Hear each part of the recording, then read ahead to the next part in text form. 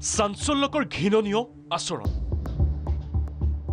ধনী আৰু যৌৱনকাল অটুট ৰাখিবলৈ দিয়া হ'ল নৰবলি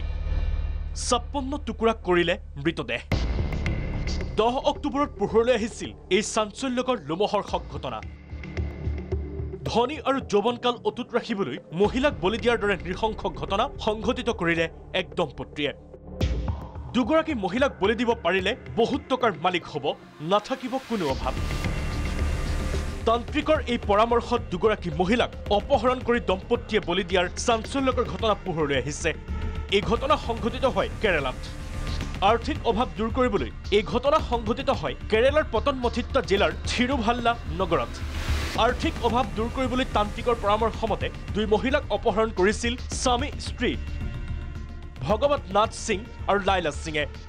অন্ধবিশ্বাসৰ বলি ৰচেলিন আৰু পদ্মা নামৰ দুই লটাৰী টিকট বিক্ৰেতা চলিত বৰ্ষৰ জুন মাহত এৰ্নাকুলামৰ ৰচেলিন নামৰ এগৰাকী মহিলাক অপহৰণ কৰে সিং দম্পতীয়ে দুমাহৰ পিছত লটাৰী টিকট বিক্ৰেতা পদ্মা নামৰ আন এগৰাকী মহিলাক অপহৰণ কৰি বলি দিয়ে দম্পতীহালে অভিযুক্তই ভক্ষণ কৰিছিল মৃতদেহৰ বঙহ ভুক্তভোগী পৰিয়ালৰ অভিযোগত তদন্ত কৰে কেৰালা আৰক্ষীয়ে আৰক্ষীৰ তদন্তত সম্ভেদ পোৱা গৈছিল এই নৃশংস হত্যাকাণ্ডৰ আটক মূল অভিযুক্ত মহম্মদ ছফি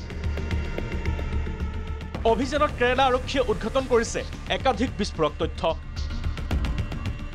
আৰক্ষীৰ তথ্যমতে অন্ধবিশ্বাসৰ মূল অভিযুক্তই মৃতদেহৰ মাংস ভক্ষণ কৰাই নহয় মৃতদেহৰ বিকৃত যৌন কাৰ্যতো লিপ্ত হৈছে বলি দিয়াৰ পূৰ্বে চলাইছিল অমানসিক অত্যাচাৰ ইয়াৰ উপৰিও এটা মৃতদেহ ৫৬ টুকুৰাত ভাগ কৰা হৈছিল বুলি কেৰালা আৰক্ষীয়ে জানিবলৈ দিয়ে